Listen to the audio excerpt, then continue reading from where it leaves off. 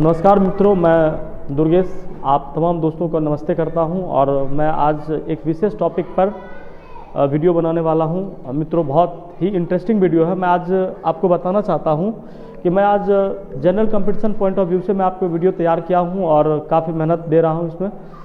मैं आज बताने वाला हूं ह्यूमन डाइजेस्टिव सिस्टम के बारे में। मानव पाचन तंत्र इसको हम लोग कहते हैं। ह्यूमन डाइजेस्टिव सिस्टम के ऊपर मैं आज बात करने वाला हूं और ब्रीफली बहुत ही विस्तार से आज मैं बात करूंगा आपको और बताऊंगा कि ह्यूमन डाइजेस्टिव सिस्टम क्या है। चलिए मैं शुरू करता हूं ह्यूमन डाइजेस्टिव सिस्टम से। मैं इससे पहले स्लाइड को मैं आगे बढ़ा रहा हूं। ह्यूमन डाइजेस्टिव सिस्टम, मानव पाचन तंत्र क्या है। पहले तो मैं परिभाषा बता देता हूं। ऐसे कुल मिलाकर देखा जाए तो हमारे शरीर में 11 सिस्टम काम करते हैं और प्रॉपर वे में जब 11 सिस्टम काम करता है तब हमारा बॉडी रेगुलेट होता है और बॉडी का हर एक सिस्टम, हर एक तंत्र एक साथ वर्क करता है, तब एक इंडिविजुअल, एक जीव का निर्माण होता है और वह जीव जो है फिर आगे चलकर पॉपुलेशन की तैयारी करता है या फिर आबादी बढ़ाता है।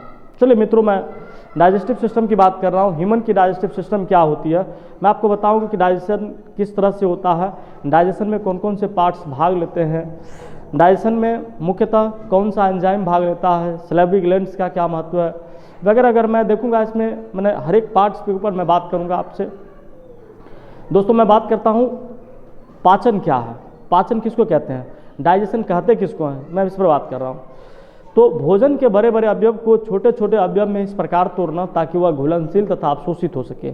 भोजन हम लोग बड़े बड़े अवयव लेते हैं। बड़े बड़े अवयव में जिस प्रकार हम लोग रोटी, सब्जी, चावल, दाल वगैरह वगैरह खाते हैं, वो बड़ा बड़ा अणु होता है। उन अणुओं को सैलिवरी ग्लैंड की मदद से सलाइवा निकलता है, लार जिसको हिंदी में हम लोग कहते हैं। लार में हम लोग उस भोजन को घोल करके भोजन को अंदर ले जाते हैं। स्टमक तक, आमाशय तक भोजन पहुंचता है, जहां पर भोजन फिर से डाइजेस्ट होता है, पचता है और पचने के बाद फिर शरीर से उसको बाहर निकाला जाता है। एक प्रोसेस दर प्रोसेस ये प्रक्रिया चलती रहती है और यह प्रक्रिया काफ़ी जटिल है। मैं इसी के ऊपर आज बात करने वाला हूँ। अगर इसी को इंग्लिश में कहा जाए तो डाइजेस्टिव सिस्टम क्या है, what is digestive system. Digestive system breakdown of macromolecules into the micromolecules with the help of enzyme so that it may be soluble vitamins or assimilable vitamins. This is called digestion and this system is controlled under the system. This system is known as digestive systems. I am talking to digestive systems. What is the digestive system? मैं बात कर रहा हूँ, पुनः हिंदी में मैं लौटता हूँ से बात करता हूँ डाइजेस्टिव सिस्टम क्या है। आप जैसा कि एक डायग्राम देख रहे हैं मित्रों, आप एक डायग्राम देख रहे हैं। इस डायग्राम के माध्यम से मैं आपको दिखाना चाहता हूँ। जिस प्रकार मान लीजिए यहाँ पर एक माउथ है, माउथ में कलर थोड़ा सा चेंज कर लेता हूँ। ये माउथ है। माउथ में देखेंगे आप, माउथ का इस तरह से ये पार्ट बना रहता है। इस पूरे सिस्टम के अंदर में जो एक सिस्टम काम करता है जिसको हम लोग कहते हैं buccal cavity. Buccal cavity Hindi में कहते हैं मुख गुहा। मुख गुहा रहता है, इसी के अंदर दांत लगे होते हैं, टीथ लगे होते हैं। मैंने दांत 4 प्रकार का होता है मुख्यतः, आप जानते होंगे। इंसीजर है, कनाइन है, प्रीमोलर है, मोलर है, सही है, जिसको हम लोग 4 प्रकार के दांत होते हैं और यह दांत की मदद से हम लोग भोजन को अंदर चबाते हैं। इसमें टंग बहुत हेल्प करता है। टंग भोजन को लाड़ता है और लाड़ने के बाद अंदर से सैलिवरी ग्लैंड निकलती है। सैलिवरी ग्लैंड के रूप में मैं दिखाता हूं, अगला एनिमेशन में तैयार किया हूं। फिलहाल मैं आपको एक एक्सटर्नल फीचर बता रहा हूं कि इस डाइजेस्टिव सिस्टम में क्या क्या पाए जाते हैं। जैसा कि ये पोर्शन दिखाई पड़ रहा है, इस पोर्शन में माउथ आते हैं मुख्यतः। इस पोर्शन में मुख्यतः माउथ आता है। माउथ को ये दिखा रहा हूँ आपको। माउथ में आप देखेंगे ये माउथ रहता है, माउथ में इसे दांत लगे रहते हैं और ये दांत लगे होते हैं। ये दांत जो है भोजन को मास्टिकेट करता है, भोजन को चबाता है तो भोजन को चबाने में ग्लैंड हेल्प करता है। ये सैलिवरी ग्लैंड्स है। ग्लैंड हमारे शरीर में 3 प्रकार के ग्लैंड होते हैं। 3 प्रकार के ग्लैंड्स होते हैं। जो 2 ग्लैंड्स नीचे तरफ लगा रहता है जिसको सब लिंगुअल ग्लैंड कहते हैं और सब मैंडिबुलर ग्लैंड कहते हैं। एक ऊपरी ग्लैंड होता है जिसको हम लोग पैरोटिड ग्लैंड कहते हैं। पैरोटिड ग्लैंड रहता है। ये तीनों ग्रंथि आपस में काम करती है। इसके बाद मुंह में सलाइवा बनाती है, लार बनाती है। यह लार क्या करता है, भोजन को घोलता है, भोजन को पचाता है। यहीं से पैक्टिन और एमाइलेज 2 एंजाइम होते हैं जो निकलते हैं, जो भोजन को यहीं से मुख से ही पाचन क्रिया को स्टार्ट कर देता है, भोजन को घुलना शुरू कर देता है। आप ध्यान रखिएगा, भोजन को जितना पचाया जाए, जितना मास्टिकेट किया जाए, भोजन उतना ज़्यादा आसानी से भोजन पचता है। और जितना आप अगर भोजन को आसानी से निगल जाते हैं तो वो भोजन फिर पचने में दिक्कत होती है, फिर आगे आप मतलब गैस्ट्रिक के शिकार हो जाएंगे। मैं बताऊंगा आपको, गैस्ट्रिक के ऊपर भी मैं बात करता हूं। फिलहाल मैं ये कहता हूं कि मनुष्य का जो एलिमेंट्री कैनाल है, मनुष्य का जो आहार नाल है, लगभग मनुष्य का मुख गुहा से लेकर मल द्वार तक 9 मीटर पूरा लंबा 9 मीटर लंबी एलिमेंट्री कैनाल है। लगभग 9 मीटर पूरा लंबी। यहाँ से अगर शुरू किया जाए तो यहाँ से मल द्वार तक के सिस्टम में 9 मीटर का ये एलिमेंट्री कैनाल होता है। अगर मनुष्य की मैं बात करूं, सबसे बड़ी ग्रंथि का नाम जनरल कंपटीशन में ज़्यादा तो पूछे जाते हैं, सबसे बड़ी ग्रंथि मनुष्य में सबसे बड़ी ग्रंथि होती है लीवर ग्रंथि। ये आप देख रहे हैं, ये लीवर का मैं आपको सीन दिखाया हूँ, ये लीवर है। लीवर को हिंदी में यकृत कहते हैं। मनुष्य शरीर की सबसे बड़ी ग्रंथि नाम है लीवर, यकृत होता है। यह मुख्यतः से ये कार्बोहाइड्रेट लिपिड पोर्शन को भी पचाने में हेल्प करता है, मदद करता है। अब मैं बात करता हूँ आपको ये बक्कल कैविटी के अंदर जीव लगे होते हैं, ये जीव होते हैं। जीव में देखिएगा छोटे छोटे टेस्ट बर्ड हुआ करते हैं, या टेस्ट बर्ड ये जो है टेस्ट बर्ड ये काम करता है। टेस्ट बर्ड आपका काम करता है, भोजन का हम लोग स्वाद लेते हैं और स्वाद लेने के बाद इसमें आप देखे हैं कि भोजन का टेस्ट बर्ड अलग अलग होता है। अब जैसे कि मान लीजिए यहाँ पर ज़्यादा बिटरनेस फील होता है, काफ़ी ज़्यादा। बगल से आप देखेंगे ज़्यादा इस पर सावर ज़्यादा रहता है, और आगे से आप अगर मान लीजिए स्वीट पोर्शन ले लीजिए या फिर मान लीजिए साल्टी पोर्शन को आप ले लेते हैं, सही है, तो उसका हम लोग ज़्यादातर टेस्ट करते हैं। यहाँ पर ये जीभ के अलग अलग पार्ट्स होते हैं। फिर यहाँ पर मैंडिबल कुछ पार्ट्स ऐसे होते हैं जो जीभ को जो है टेस्ट बर्ड के रूप में फिर अंदर तक ले जाता है। मैं इसके ऊपर फिर जिक्र करूँगा। मैं चलता हूँ डाइजेस्टिव सिस्टम में। डाइजेस्टिव सिस्टम में इसमें जीव होते हैं, और जीव के अंदर जीव पूरा तरह से मतलब पूरा पोर्शन इसको फेरनेक्स कहते हैं। फेरनेक्स ये फेरनेक्स जो है, फेरनेक्स एक दो सिस्टम होता है, गलेट और सी मतलब गलेट एक को भाग को कहिए गलेट। इसमें देखिएगा मुख्यतः मैं आपका जिक्र कर रहा हूँ, इसमें देखा जाएगा एक होता है सही विंड पाइप होता है एक, सही है, और एक होता है फूड पाइप। ये फूड पाइप है, इसमें मतलब भोजन जाता है। यहाँ पर एक देखिएगा इपीग्लोटिस काम करता है, इपीग्लोटिस होता है जो मुख्यतः काम करता है। मैं ये इस टोटल पोर्शन को मैं मतलब इनसे इतना अगर पोर्शन कहा जाए तो इसी भाग को हम लोग कहते हैं फेरनेक्स जो मुख्यतः ये हेल्प करता है। ये छोटा सा भाग यहाँ पर फेरनेक्स रहता है, से जो भोजन मतलब मुख्यतः भोजन में इसी चैनल से हम लोग भोजन जब किसी पार्टिकल को भोजन के कोई कण को लेते हैं तो इपीग्लोटिस जो है ये ऑटोमेटिक इस पर गिर जाता है। विंड पाइप पर से ये विंड पाइप पर गिरता है। यहाँ पर जब गिरता है तो ये भोजन इस पाइप से बंद हो जाती है, ये पाइप बंद हो जाती है और भोजन डायरेक्ट जो है ये फूड पाइप में आता है। आसानी से भोजन यहाँ से फिर पहुँच जाता है स्टोमक में। ये ईसोफेगस है, ये ओसोफेगस भी हम लोग इसको कहते हैं। या ईसोफेगस जो है एक पाथवे है, एक रास्ता है जो भोजन को अंदर तक लाता है, अंदर लाने का कार्य करता है। इसको हम लोग ईसोफेगस कहते हैं। ये ईसोफेगस, ये पूरे पार्ट को फेरनेक्स कहते हैं। मैंने अभी ग्लैंड के बारे में बात किया। अंदर में एक लुबलुबी टाइप का होता है जिसको उल्वा कहते हैं। अंदर एक प्लेट होता है जो ऊपर मुख के ऊपरी भाग में प्लेट रहता है। अंदर टीथ होते हैं, टंग्स होते हैं, सही है। लोअर प्लेट्स भी होते हैं, ये लिप्स लगे होते हैं और लिप्स की मदद से हम लोग लिप्स जो है भोजन को बाहर निकल या पानी को बाहर निकलने के लिए नहीं देता। होठे जो अंदर बाहर हम लोग बाहर करते रहते हैं हमेशा। तो इस तरह से जो है या अब मैं बात करता हूँ, ये भोजन जब यहाँ पर मास्टिकेट किया जाता है चबाने की मदद से नीचे भोजन ईसोफेगस तक आता है। ईसोफेगस कहिए या ओसोफेगस भी बोला जाता है। भोजन यहाँ से एक मूवमेंट होती है जिसको हम लोग कहते हैं पैरास्टाल्टिक मूवमेंट होता है। इसी पैरास्टाल्टिक मूवमेंट की वजह से हिंदी में हम लोग कहते हैं कर्माकुंचन। इसी पैरास्टाल्टिक मूवमेंट में मतलब आप देखिएगा ना, पैरास्टाल्टिक मूवमेंट में मैं अगले वीडियो में दिखाऊंगा। पैरास्टाल्टिक मूवमेंट में जैसे कि भोजन यहाँ से ले रहा है तो भोजन जो है अंदर आएगा इस तरह से, ऐसे से एक लहर क्रिया के द्वारा, ऐसे ऐसे भोजन एक लहर क्रिया के द्वारा मतलब स्टोमक में आता है। ये स्टोमक आपका है, स्टोमक में भोजन आता है और ये भोजन स्टोमक में जमा रहता है। यहाँ पर भोजन चलाता है, यहाँ पर भी भोजन कुछ मात्रा में पीसते हैं, सही है। यहीं पर आपको मैंने बताया लीवर रहता है। लीवर शरीर की सबसे बड़ी ग्रंथि है। इसी के बगल में ये पेनक्रियाज बना रहता है। ये हरा सा एक लेयर होता है पेनक्रियाज, सही है। ये पेनक्रियाज होता है। पेनक्रियाज जो है मुख्यतः इसमें जो है मुख्यतः देखिएगा आप पेनक्रियाज में एक इंसुलिन जो होती है, इंसुलिन बनने का काम मुख्यतः यहीं से जनरेट होती है। मतलब इंसुलिन की कमी से आप देखिएगा डायबिटीज हो जाती है। किसी मनुष्य में इंसुलिन अगर ना रहे तो वह मनुष्य जो है डायबिटीज से सफ़र करता है। तो डायबिटीज से बचने के लिए, डायबिटीज अगर ना हो आपके बॉडी में तो इसके लिए इंसुलिन का इस्तेमाल जरूर किया जाता है। किसी डायबिटीज पेशेंट को आप देखते होंगे कि उनको इंसुलिन की सुई लगती है, बस यही पेनक्रियाज ग्लैंड जो है वो खराब हो जाती है तो इसमें इंसुलिन काम करना बंद करता। अब मैं एक बात करता हूँ, इंसुलिन के जस्ट ये लीवर है, लीवर के बगल में जस्ट ये गोल ब्लैडर है। ये गोल ब्लैडर ये छोटा सा भाग है, ये फैट को मुख्यतः और कार्बोहाइड्रेट को भी पचाने में महत्वपूर्ण भूमिका निभाता है। एक कॉमन बाइल डक्ट होता है। कॉमन बाइल डक्ट के माध्यम से क्या होता है, जो इसके अंदर हार्मोन बनते हैं वो हार्मोन सीधे हमारे, ये हार्मोन जो बनते हैं वो सीधे हमारे मतलब स्टोमक के पास पहुंचता है और स्टोमक जो है वह फिर हार्मोन को अंदर रेगुलेशन करता है। मैं बताता हूं हार्मोन कैसे रेगुलेट करता है, अंदर तक निकलता है और यह भोजन फिर से चला आता है छोटी आंत में। अमाशय के बाद भोजन जो है छोटी आंत में पहले प्रवेश करता है। छोटी आंत में पहले सबसे पहले डियोडिनम आती है। छोटी आंत में अगर मैं बात करूं पहले डियोडिनम आती है। डियोडिनम के बाद भोजन चला जाता है जेजुनम में। जेजुनम के बाद भोजन फिर चला जाता है इलियम में और इलियम में भोजन स्थिर हो जाता है। इलियम के बाद फिर से भोजन डाइजेस्टिव सिस्टम के माध्यम से, इलियम के बाद फिर से भोजन जो है बड़ी आंत में आता है और बड़ी आंत में अलग अलग कॉलम्स बने हुए हैं, अलग अलग कॉलम में ये काम करता है।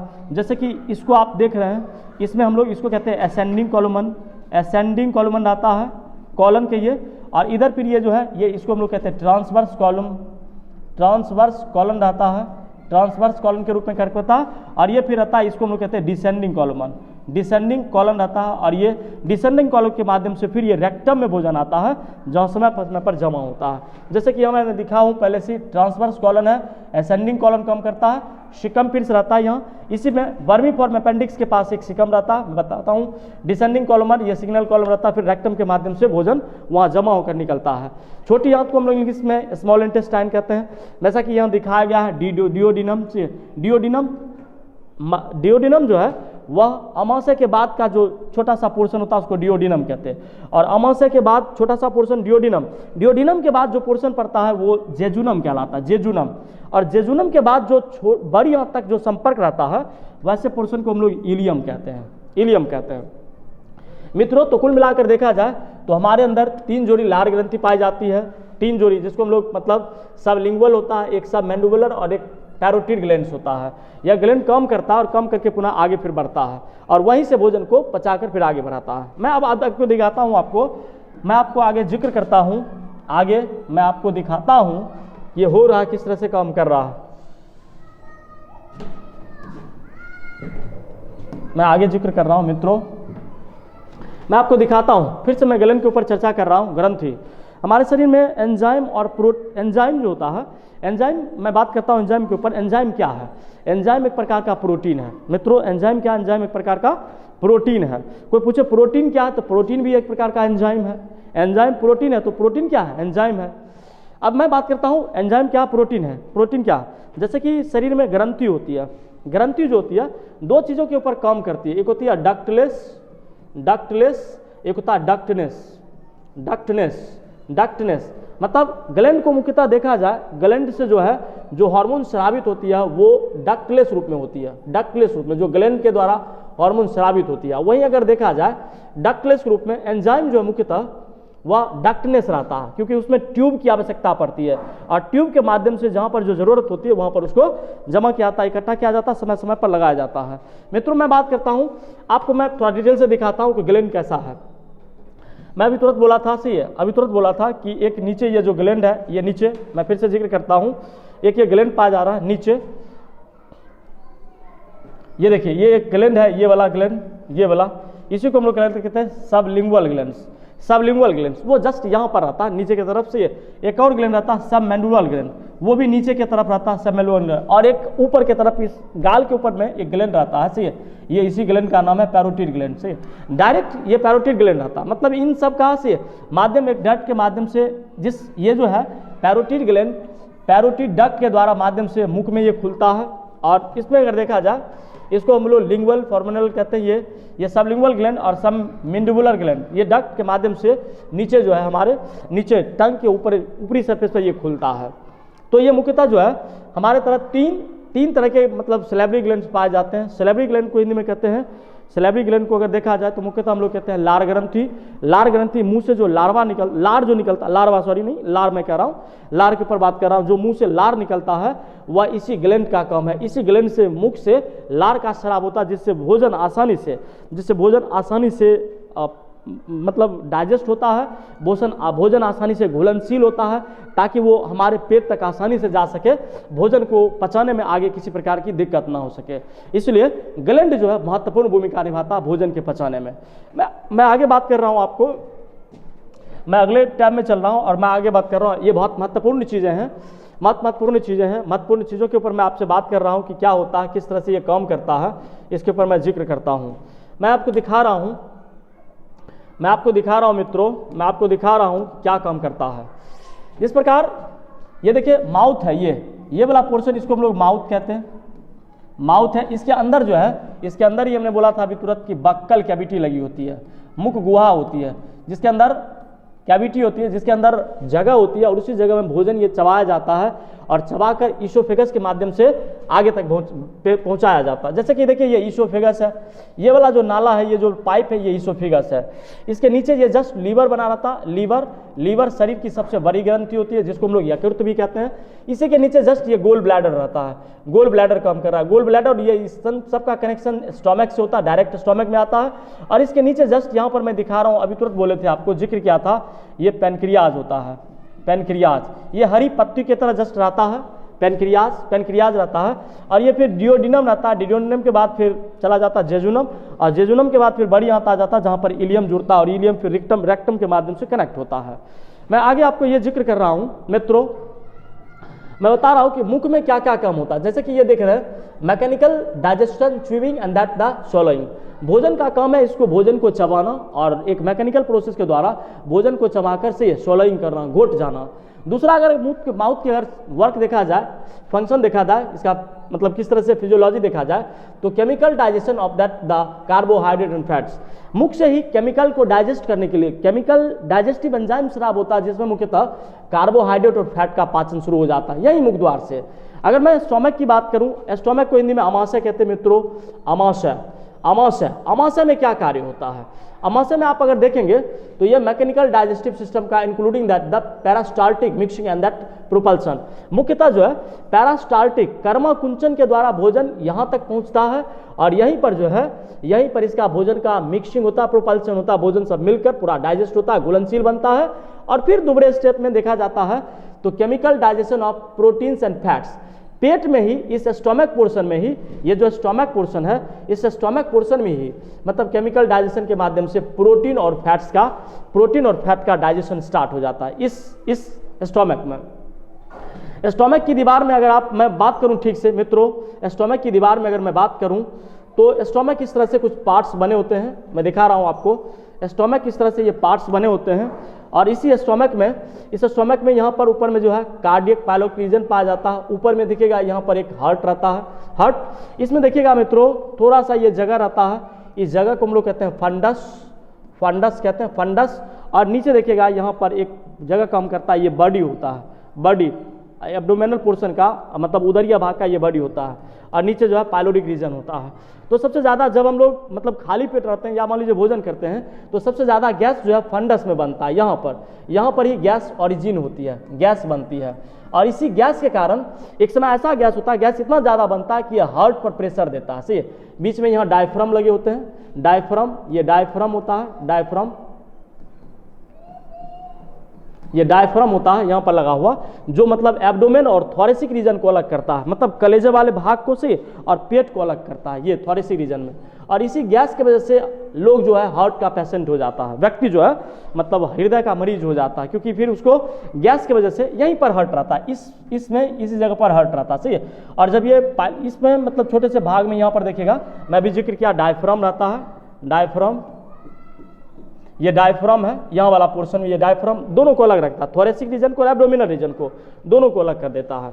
तो इसके ऊपर जब हार्ट रहता है, ये हार्ट काम करता है, ये हार्ट है, इसी हार्ट में से अक्सर ये ठोकर मारता है, तो धीरे धीरे मरीज जो है मतलब ये पेशेंट जो है हार्ट का हो जाता है। तो कृपया अपने स्वास्थ्य के प्रति सजग रहें ताकि गैस वगैरह ना बने। सही है, इसके लिए आप मतलब हमेशा टाइम से अगर भोजन करते हैं तो फिर आपका स्वास्थ्य अच्छा रहता है। मैं अगर तीसरे मुद्दे की बात करूं मित्रों, तो मैं तीसरे मुद्दे के रूप में मैं आपको बता रहा हूं कि आप देखेंगे स्टोमक में जो है absorption of lipid and soluble that substances such as the alcohol and aspirin. Stomach में देखिएगा जो व्यक्ति दारू पीता, शराब पीता है, उनका अल्कोहल का एब्जॉर्प्शन इसी पेट भाग में हो जाता है, उदरिया भाग में अल्कोहल का एब्जॉर्प्शन हो जाता है, एस्पिरिन वगैरह जो लेते हैं उनका भी एब्जॉर्प्शन हो जाता है, लिपिड सॉल्युबल से वसा को भी ये एब्जॉर्ब कर लेता है मुख्यतः स्टोमक। यहाँ पर भोजन का डाइजेशन शुरू हो जाता है, भोजन मुख्यतः यहीं से पचना शुरू हो जाता है। मैं अभी बताया कि सही है, कभी कभी एक प्रश्न आता है कि मनुष्य का शरीर सही है स्वयं मांसपेशियों का बना हुआ है, सही है, तो इसका शरीर जो है जब मांसपेशियों का बना हुआ तो इसका शरीर पेट क्यों नहीं गल जाता? हम लोग मुर्गे का मांस, बकरे का मांस खाते हैं, उसको पचा देते हैं, सही है, पचा देते हैं, पर शरीर का, हमारा शरीर खुद मांसपेशी का बना हुआ, तो ये मांस क्यों नहीं पच जाता है? तो मैं इसके ऊपर बात करता हूं। अभी मैं बताया था मित्रों आपको कि ये क्यों नहीं पचता, मैं बता रहा हूं, आप ध्यान से थोड़ा देखेंगे। इस जो स्टमक का ये जो भाग है, इसके अंदर में देखेंगे, इसके अंदर में एक लेयर लगा रहता है, सही है, ये इसके अंदर में एक लेयर काम करता है, इस लेयर को हम लोग कहते हैं म्यूकोज। ये म्यूकोज लेयर रहता है लगा हुआ, ये म्यूकोज लेयर हिंदी में कहते हैं सलेस्मा परत। कॉर्टिसोन कार्टिलेज का बना होता है, कॉर्टिसोन कार्टिलेज का बना होता है। क्या कहोगे मित्रों? कॉर्टिसोन कार्टिलेज का बना होता है, कॉर्टिसोन कार्टिलेज का बना होता है ये लेयर। और इसी लेयर के कारण जो है हमारा मांस हम खाते हैं, वो मांस को पचा लेते हैं, पर हमारा स्टोमक नहीं पचता है, इसी लेयर के कारण। इसका नाम है म्यूकोज लेयर, सलेस्मा परत। थोड़ा ध्यान रखिएगा मित्रों, मैं आगे बढ़ रहा हूं, आपको मैं बताता हूं फिर आगे इसका फंक्शन क्या होता है, क्या फंक्शन है, फिर इसका रिलेशन क्या है, मैं ये बता रहा हूं। अब मैं चल रहा हूं आपको इंटेस्टाइन के पास। इंटेस्टाइन क्या करता है, छोटी आंत क्या करता है? Mechanical that digestion is the including that the mixing and the propulsion the primary of the segmentation. मतलब जब डाइजेशन की प्रक्रिया शुरू होती है तो बची कुछ डाइजेशन अमाशय के बाद फिर से छोटी आंत में आती है, और छोटी आंत में विलाई लगे होते हैं और स्टोमक में भी विलाई लगे रहते हैं, सही है। इन विलाई के माध्यम से भोजन को और पीसा जाता है, भोजन को पीस कर एकदम पूरा मतलब चाइल बना दिया जाता है। इतना मस्टिकेट भोजन इतना घुलनशील हो जाता है कि आसानी से उसके कार्बोहाइड्रेट को, प्रोटीन को, विटामिन को एब्जॉर्ब किया जा सकता है, ये काम करता है। तो अलग अलग सेगमेंटेशन बना हुआ से, जिसमें मिक्सिंग एक का काम करता है, एक का प्रोपल्सन होता है, प्राइमरी रेगुलेशन में, सेगमेंटेशन में अलग अलग खंड बटे हुए और अलग अलग खंड में सब भोजन का अलग अलग काम होता है। मुख्यतः मैं बात करूं तो छोटी आंत में भी जो है एब्जॉर्प्शन, जैसे कि पेप्टाइड्स, कार्बोहाइड्रेट का देखा जाए, एमाइनो एसिड का देखा जाए, ग्लूकोज का देखा जाए, फ्रक्टोज देखा जाए, वाटर देखा जाए, मिनरल्स देखा जाए, विटामिन देखा जाए, इन सारे चीज़ों का एब्जॉर्प्शन छोटी आंत में शुरू हो जाता है और सारे चीज़ों का एब्जॉर्ब करके फिर ये भोजन आगे चला जाता है। अगर मैं बड़ी आंत की बात करता हूं मित्रों, बड़ी आंत में क्या होता है, तो बड़ी आंत में देखिएगा, ये बड़ी आंत में mechanical digestion including with the segmentation and mixing the propulsions, that means मतलब भोजन जो है, जो भोजन मिक्सिंग हुआ था, सही है, उन भोजन के ऊपर, मिक्सिंग भोजन के ऊपर से अलग अलग सेगमेंट में, मैंने 3 बताया था डाइजेस्टिव सिस्टम के बड़ी आंत में, लार्ज इंटेस्टाइन में 3 पार्ट्स होते हैं। 3 पार्ट्स में सबसे पहले मैं नीचे की बात करता हूँ। एक पार्ट्स होता है जिसका नाम है सबसे पहले एसेंडिंग कॉलम, एसेंडिंग कॉलम। अभी पीछे में भी मैं बताया था, सही है, एक जैसा सीधे चला जाता है उसको हम लोग कहते हैं ट्रांसवर्स कॉलम, ये ट्रांसवर्स कॉलम के रूप में काम करता है। एक तीसरा पार्ट होता है जिसको हम लोग कहते हैं डिसेंडिंग,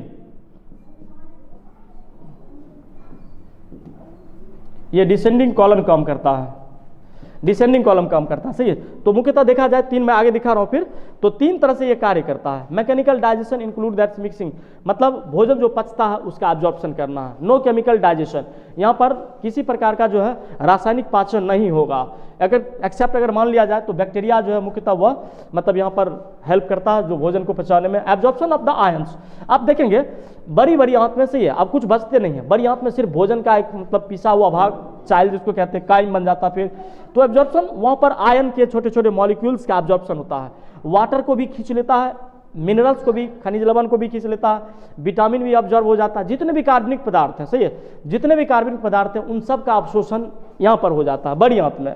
और बड़ी आंत में अवशोषण होने के बाद डायरेक्ट भोजन जो है वह पहुँचती है रेक्टम के माध्यम, रेक्टम में पहुँचती है। मैं आगे आपको ले चलता हूँ, रेक्टम में पहुँचती है, किस तरह से ये आगे हेल्प करता है। देखिए मित्रों, मैं आगे बता रहा हूँ आपको कि ये रेक्टम में किस प्रकार ये हेल्प करता है।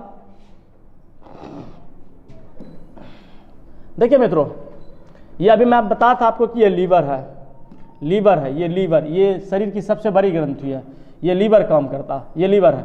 यहीं पर देखिएगा लीवर के माध्यम से एक डक्ट जुड़ा हुआ रहता है, डक्ट, ये गॉल ब्लैडर का डक्ट है, ये गॉल ब्लैडर है, गॉल ब्लैडर है, इस पर ये गॉल ब्लैडर से ये फैट को ये मुख्यतः पचाने में ये भी हेल्प करता है, सही है। ये आप देख रहे हैं, ये स्टोमक है, ये वाला स्टोमक भाग, यहाँ से ये एसोफेगस का रास्ता चला जाता है, ये लिखा हुआ एसोफेगस, और ये फिर लीवर रहता है। यहाँ से फिर ये एसोफेगस यहाँ मुख बक्कल कैविटी में यहाँ जुड़ता है, और ये माउथ के माध्यम से भोजन पचकर फिर यहाँ आता है एसोफेगस में। स्टोमक ये लिखा हुआ, ये स्टोमक पोर्शन है, स्टोमक, इसमें ये भोजन आता है। भोजन आने के बाद ये फिर चला जाता है ये डिओडिनम में, मैंने ये बताया था डिओडिनम का ये काम करता है। मैं बताता हूँ कि काम कैसे कैसे। ये डिओडिनम है, ये फिर स्मॉल इंटेस्टाइन का ये रास्ता चला जाता है, इस तरह से आगे बढ़ते हुए जाता है। ये पेनक्रियाज है, इसको अग्नाशय ग्रंथि भी हिंदी में हम लोग कहते हैं, अग्नाशय ग्रंथि। ये अग्नाशय ग्रंथि का काम करता है। तो देखेंगे ईसोफेगस में क्या करता है, मतलब ईसोफेगस जो है, ईसोफेगस ये जो है, ये वाला ईसोफेगस का भाग जो है वो सैलिवरी ग्लैंड को, सैलिवरी ग्लैंड से जो सलाइवा आता है उसमें एमाइलेज एंजाइम रहते हैं। मित्रों कौन सा एंजाइम बोला हमने, एमाइलेज एंजाइम रहता है, सही है। ये एमाइलेज एंजाइम क्या करता है, स्टार्च को मल्टोज में कन्वर्ट कर देता है, स्टार्च को मल्टोज में कन्वर्ट कर देता है, सही है, ताकि भोजन और आसानी से हो जाए। ये ईसोफेगस तक, मुख गुहा से ईसोफेगस तक आने तक में हो जाता है। आगे मैं अगर बात करूं स्टोमक मतलब आमाशय होता है। आमाशय में भोजन क्या क्या होता है, जैसे कि मान लीजिए प्रोटीएज एंजाइम होता है। प्रोटीएज एंजाइम जो है मतलब ये प्रोटीन का एक अवयव है। प्रोटीन जो है यह चेंज कर देता है पॉलीपेप्टाइड में चेंज करके भोजन को फिर आगे ला देता है। स्टोमक का ये काम है। स्टोमक में ही स्टोमक एसिड स्रावित होती है, आप जानते होंगे हाइड्रोक्लोरिक अम्ल का स्राव स्टोमक में ही प्राय होता है। और ये हाइड्रोक्लोरिक अम्ल एसिड जो स्राव होता है वो केमिकल डाइजेशन होता है, सही, क्योंकि ये यहीं पर जो है हाइड्रोक्लोरिक अम्ल बनता है। हाइड्रोक्लोरिक अम्ल, ये हाइड्रोक्लोरिक अम्ल जो भी हार्मफुल जीव, हार्मफुल बैक्टीरिया वगैरह जो भी चीज़ आती है उनको ये क्या करता है, पाचित कर देता है। जब कभी भोजन अनपच हो जाता है, जब भोजन हमारा नहीं पचता है, तो वैसे कंडीशन में क्या होता है, भोजन जब नहीं पचता है तो वैसे कंडीशन में यहाँ पर कार्डियक स्पिनेक्टर लगा रहता है, सही। ये स्पिनेक्टर जो है भोजन को नहीं पचा पाता, तो ये स्पिनेक्टर खुल जाता, तो भोजन अक्सर जो है वॉमिटिंग हो जाती है, हमें उल्टी हो जाती है। तो उल्टी देखिएगा अक्सर हमें खट्टे तरह से लगती है। खट्टा लगना ये प्रमाणित करता है कि पेट से हमारे हाइड्रोक्लोरिक अम्ल का स्राव होते रहता है। पेट से हमेशा हाइड्रोक्लोरिक अम्ल का स्राव होता है, ताकि जो भी मान लीजिए भोजन के अंतर्गत जो भी चीज़ें ऐसे हार्मफुल चीज़ें आए हो वो आसानी से डाइजेस्ट हो सके, आसानी से वो। एक इसके नीचे अगर चला जाए तो एक बैक्टीरिया होती है, नाम है इश्चेरिचिया कोलाई। ये एक बैक्टीरिया है, यह हमारे मनुष्य के छोटी आंत में रहता है और मनुष्य के छोटी आंत में रहकर मुख्यतः यह डाइजेशन का काम करता है। और यह हमारे लिए, इसको शॉर्ट में इकोलाई भी कहते हैं, इकोलाई बैक्टीरिया है। यह मनुष्य के छोटी आंत में रहकर से भोजन के पाचन में प्राय हेल्प करता है। ये अब मैं बात कर रहा हूँ मित्रों लीवर के ऊपर मैं बात कर रहा हूँ। लीवर क्या होता है, लीवर और गॉल ब्लैडर क्या है। लीवर से और गॉल ब्लैडर से देखा जाए बाइल जूस निकलता है, सही है। बाइल जूस क्या करता है, इमल्सिफिकेशन का काम करता है, सही है, जो लिपिड्स को तोड़ता है, वसा को तोड़ता है, लिपिड्स को पूरे एकदम सिंपल फॉर्म में तोड़ देता है, सिंपल से भी सिंपल फॉर्म में तोड़ देता है, सही है, ताकि भोजन आसानी से पच जाए। दोस्तों आप जितना भोजन मस्टिकेट होगा, आप ध्यान रखिए, जितना भोजन मस्टिकेट होगा, भोजन का आकार जितना पतला होगा, सही है, वो व्यक्ति आसानी से भोजन को, उसका डाइजेस्टिव सिस्टम भी उतना गुड होगा, उतना अच्छा होगा, ताकि वो भोजन को, हर एक अवयव को आसानी से, जो व्यक्ति से भोजन को चबा कर नहीं खाते, भोजन को आसानी से नहीं निगल पाते हैं, चबा के नहीं, मतलब वैसे ही भोजन को औने पौने भाव में से निगल जाते हैं, उन लोगों को देखिएगा अक्सर गैस्ट्रिक की प्रॉब्लम होती है, फिर उनको डॉक्टर के पास जाना पड़ता है। तो डॉक्टर के पास ना जाए, इनके लिए भोजन को मास्टिकेट कीजिए जरूर। कम से कम हमारे मुख में से 32 दांत होते हैं, तो कम से कम भोजन को 32 बार जरूर पीसना चाहिए, मुझे लगता है, आई थिंक, सी आपका पालन करना, इस तरह से जानना है। मैं बताता हूं पेनक्रियाज क्या होता है। पेनक्रियाज को हम लोग कहते हैं अग्नाशय ग्रंथि। अग्नाशय ग्रंथि होती है ये, अग्नाशय ग्रंथि। ये क्या करता है, एमाइलेज एंजाइम को, मित्रों एमाइलेज एंजाइम को, स्टार्च को फिर से ये माल्टोज में कन्वर्ट कर देता है, माल्टोज में कन्वर्ट कर देता है। ये पेनक्रियाज, ये पेनक्रियाज, ये भाई ये पेनक्रियाज, मैं ये पहले बताया हूं, पेनक्रियाज है। फिर क्या करता है, लाइपेज को ये फैटी एसिड में बदल देता है, यही पेनक्रियाज। लाइपेज को क्या करता है, फैटी एसिड में कन्वर्ट कर देता है, पूरा केमिकल मशीन है, फैटी एसिड में कन्वर्ट कर देता है। फिर देखिएगा आप इंडोपेप्टाइड एंजाइम होती है, सही है, जो पेप्टाइड को जो है एमाइनो एसिड में कन्वर्ट कर देता है, पेप्टाइड को एमाइनो एसिड में कन्वर्ट कर देता है। यहीं पर एक न्यूक्लियेज एंजाइम होती है, सही है, न्यूक्लियेज एंजाइम जो है वो डीएनए आरएनए को फिर न्यूक्लियोसाइड में परिवर्तन कर देता है, न्यूक्लियोसाइड में परिवर्तन कर देता है। फिर जो है अगर आप करें बाइकार्बोनेट आयंस के रूप में देखिएगा तो न्यूट्रियलाइज स्टोमक एसिड वगैरह वगैरह रहती है, जो मतलब बाइकार्बोनेट के रूप में ये आयंस हमारे लीवर पेनक्रियाज में पाए जाते हैं, जो मुख्यतः यह पाचन में हेल्प करता है। फिर से मैं आगे बात करता हूँ स्मॉल इंटेस्टाइन की। अगर मैं बात करूँ, छोटी आंत है ये, छोटी आंत की भी आकार देखिएगा, सबसे बड़ी आकार होती है, लगभग ये 6 मीटर के आसपास लंबी होती है, छोटी आंत में भी, सही है। तो आप देखेंगे छोटी आंत, the member that bound the enzymes at the maltase, मतलब छोटी आंत जो है मुख्यतः मल्टेज के द्वारा ये आपस में जुड़ा हुआ रहता है, सही है। और आप मल्टेज के स्राव से ये छोटी आंत जो है बचे कुचे भोजन के सारे पोषक तत्वों को अपने आप में वो खींच लेता है, फिर से बाहर निकाल लेता है। इस प्रकार जो है छोटी आंत में भी डाइजेशन की प्रक्रिया पूर्ण होती है। मैं पहले बताया इसोफेगस में डाइजेशन किस तरह से होती है, पाचन कैसे होती है, स्टोमक में पाचन कैसे होता है, केमिकल एक्शन कैसे पार्टिसिपेट करता है। इसके बाद छोटी आंत में आया, छोटी आंत के बाद पाचन जो है फिर आगे चली जाती है बड़ी आंत में। बड़ी आंत में देखिएगा पाचन आसानी से हो जाता है और वह फिर आगे बढ़ता है। मैं आगे लौट रहा हूँ, आप देखिएगा मित्रों, मैं अगले टैब के ऊपर ले चलता हूँ। जैसे कि मैं अभी बताया, ये देखिएगा ये बड़ी आंत होती है, यहीं पर जो है ये छोटी आंत जुड़ती है, प्राय सुकम पाया जाता है यहाँ पर। इस तरह से ये बना रहता है पार्ट्स। बड़ी आंत को मैं दिखा रहा हूँ किस तरह से ये काम करता है। यहीं पर ये रेक्टम रहता है। ये लार्ज इंटेस्टाइन है मित्रों, लार्ज इंटेस्टाइन, ध्यान से समझिएगा, लार्ज इंटेस्टाइन है। ये बोला था ये वाला भाग इसको हम लोग कहते हैं असेंडिंग कॉलन। ये असेंडिंग कॉलन है। और मैंने इसको बोला था ये वाला भाग ट्रांसवर्स कॉलन है, ट्रांसवर्स कॉलन है ये वाला भाग। और ये वाला भाग जो है ये वाला, इस वाले भाग को हम लोग कहते हैं डिसेंडिंग कॉलन है। ये डिसेंडिंग कॉलन का काम करता है। मतलब भोजन का ऊपर जाना से असेंडिंग हुआ, और भोजन थोड़ा सा आड़ा तिरछा रूप में काम करता है, ये ट्रांसवर्स कॉलन में चला आता है। फिर से देखिएगा भोजन नीचे की ओर उतरता है, सही है, तो इसको हम लोग कहेंगे डिसेंडिंग कॉलम। भोजन का नीचे आना, डिसेंडिंग होना, असेंडिंग ऑर्डर ऊपर जाना, डिसेंडिंग ऑर्डर नीचे आना, और ट्रांसवर्स में बराबर हो जाता है। इस प्रकार भोजन जो है बचा हुआ, ये सब फूड मटेरियल जो है बचा हुआ, पूरा भोजन का एब्जॉर्प्शन बड़ी आंत में हो जाता है, मैं पीछे भी जिक्र किया हूं, और बचा हुआ भोजन इस रेक्टम में चला आता है। रेक्टम मतलब होता है मलगुहा। मलगुहा में जो भोजन पाचित हो जाती है,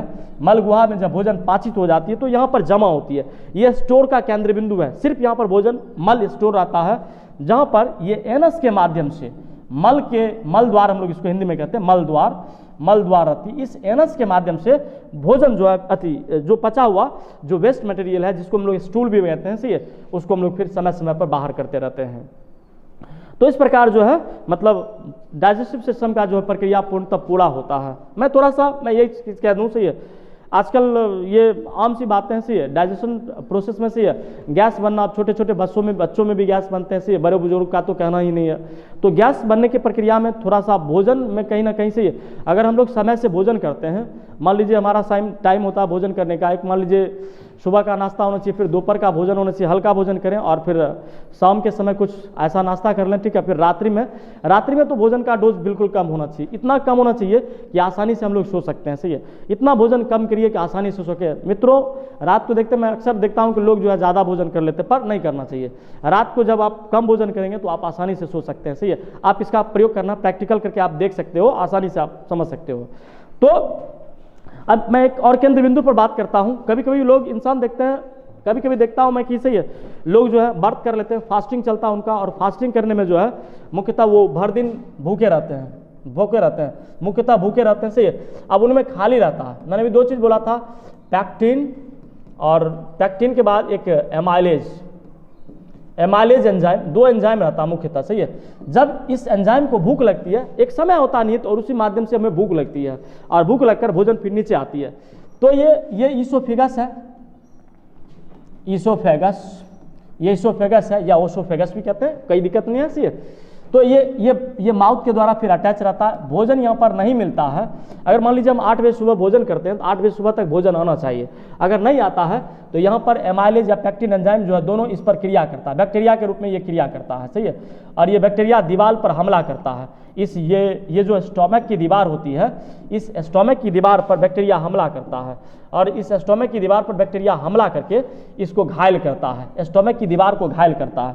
इसी घायल के क्रम में से ये व्यक्ति में जो है मतलब धीरे धीरे घाव हो जाता है, और यही घाव जो है धीरे धीरे अल्सर का रूप ले लेता है। मित्रों, अल्सर का रूप ले लेता है, अल्सर, और यह अल्सर फिर जो है कैंसर में धीरे धीरे कन्वर्ट हो जाता है, कैंसर में। और ऐसे कंडीशन में देखिएगा आपको जो है मतलब स्टोमक कैंसर हो जाएगा। और ऐसे कंडीशन में जो है फिर आपको डॉक्टर के यहाँ आप जाते हैं तो इस स्टोमक को काट कर पूर्णतः हटाया जाता है। तो इस पूरे पोर्शन को काट कर हटाकर आपको जो है मतलब बीच में स्टोमक नहीं होता जहाँ पर फूड स्टोर होती है, तो डायरेक्ट जो है ओसोफेगस को छोटी आंत से जोड़ दिया जाता है। अब छोटी आंत से जोड़ने पर क्या होता है, आपका भोजन जमा करने का केंद्र नहीं रहता है, जिसकी वजह से आप भोजन कर नहीं सकते। तो ऐसे हालात में डॉक्टर आपको क्या कहता है कि आप जो है 10-10 मिनट पर फूड लेते रहिए, भोजन करते रहिए, ताकि आपका शरीर का जो है कार्बोहाइड्रेट, प्रोटीन, विटामिन वगैरह वगैरह जो है वो मेंटेन रहे, आप में शरीर में किसी प्रकार की विटामिन की कमी नहीं होनी चाहिए। और इस तरह से मतलब आप अगर समय पर भोजन करते हैं, समय पर खाना खाते हैं, अगर मान लीजिए किसी की फास्टिंग हो तो एक मेडिसिन आती है, उस मेडिसिन का उपयोग करना चाहिए कम से कम उसको खाने के बाद से, खाने के बाद ही हमारा फास्टिंग टूटना चाहिए और फिर भोजन को हम लोग अंदर लेते हैं, सही है। तो अल्सर से बचने के लिए ज़्यादा देर खाली पेट नहीं रहना चाहिए। अल्सर से बचने के लिए अल्सर से पहले वाउंड होती है, घाव, मैंने पहले भी जिक्र किया हूँ, घाव हम लोग कहते हैं, पता नहीं कि आप लोग क्या कहते हैं, घाव, वाउंड हो जाती है, वाउंड फिर अल्सर में चली जाती है और अल्सर जो है धीरे धीरे कैंसर का रूप ले लेती है। और कैंसर जब हो जाए तो वैसे हालात में आप जो है फिर मुश्किल हालात में पड़ जाएंगे। इसलिए समय से खाना खाएं और समय से सही है डाइजेस्टिव सिस्टम को मेंटेन रखें, भोजन जरूर चबा कर करें, ताकि आने वाले मतलब समय में आपके डाइजेस्टिव सिस्टम से किसी प्रकार का कोई डिसऑर्डर ना हो, किसी प्रकार की कोई बीमारियां ना हो, इससे बचने का प्रयास करें। आज मैं डाइजेस्टिव सिस्टम का मैं फुल आपको जानकारी दिया हूँ, सही है। इसमें मैं एक छोटी सी बात कहता हूँ, कभी कभी देखेंगे आपकी लीवर जो होती है, लीवर, मैं आपको थोड़ा सा स्लाइड पीछे ले जाता हूँ, लीवर देख रहे हैं, सही है। लीवर जब कभी कभी किसी इंसान को हेपेटाइटिस हो जाती है, हेपेटाइटिस, तो इस लीवर में जो है, लीवर में सोलोइंग हो जाती है, सूजन हो जाती है, मुख्यतः इस लीवर में सूजन हो जाती है और ये लीवर का आकार बहुत बड़ा हो जाता है, लीवर काम करना बंद कर देता है। लीवर काम करना बंद क्यों करता है? क्योंकि लीवर में एक हार्मोन होता है जिसका नाम है, लीवर में देखिएगा बिलीरुबिन नामक जो है मतलब पिगमेंट रहता है, रंग द्रव्य होता है। इसी बिलीरुबिन के कारण जो है, बिलीरुबिन के कारण इसमें जो है मतलब इन्फ्लामेशन, कहने का मतलब लीवर का साइज बढ़ते जाता है और इसी बिलीरुबिन के कारण जो है हेपेटाइटिस धर लेता है। तो इसलिए हम लोग क्या करें, जब भी खाना खाएं तो लीवर को बचाएं, क्योंकि लीवर बहुत महत्वपूर्ण अंग है मित्रों, लीवर यकृत बहुत महत्वपूर्ण अंग है, इससे बचा कर रखिए। अल्कोहल, दारू, शराब वगैरह का सेवन कभी मत करना चाहिए। अगर आप इसका सेवन करते हैं तो फिर आपका ये सिस्टम खराब होगा। मैं फिर बात करता हूँ, बिलीरुबिन के कारण जो है हेपेटाइटिस धर लेती है। हेपेटाइटिस में देखिएगा लीवर बढ़ जाता है, शरीर पूरा पीलापन होने लगता है, आँख का पीलापन हो जाता है। लीवर हेपेटाइटिस कंडीशन अगर रखा जाए हेपेटाइटिस ए और हेपेटाइटिस बी, हेपेटाइटिस ए में देखिएगा अगर पेशेंट चाहे तो, डॉक्टर चाहे तो पेशेंट को बचा सकता है हेपेटाइटिस ए में। वहीं अगर हेपेटाइटिस बी में अगर हम लोग पहुंच जाते हैं तो डॉक्टर भी आपको नहीं बचा पाएगी मित्रों, सही है।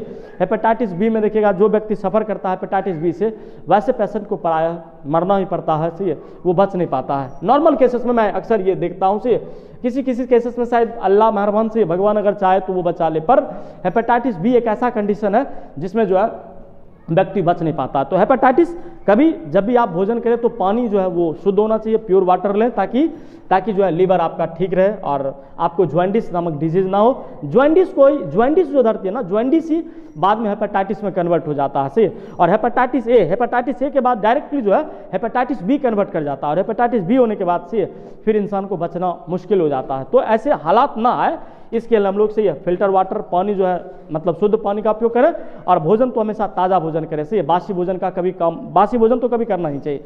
कभी कभी आप जानते होंगे मित्रों, फूड पॉइजनिंग हो जाती है, सही है, भोजन विषाक्त कहते हैं, सही है।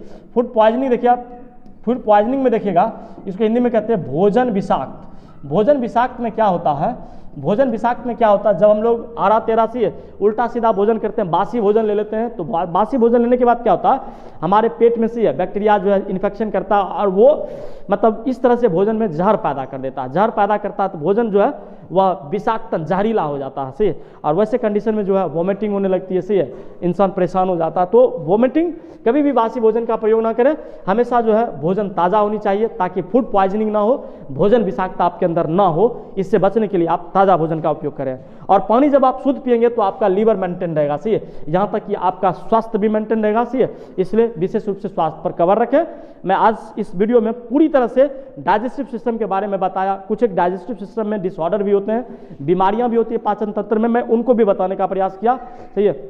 अगर कुछ छूट गई हो तो प्लीज़ आप हमें कमेंट बॉक्स में से ये डाल सकते हैं। आप कमेंट बॉक्स में डालेंगे, मैं उसका फिर उत्तर भी दूंगा, जवाब भी दूंगा। बहुत बहुत धन्यवाद, आपने इतना देखा सी है, इस वीडियो को देखा। Thanks for watching.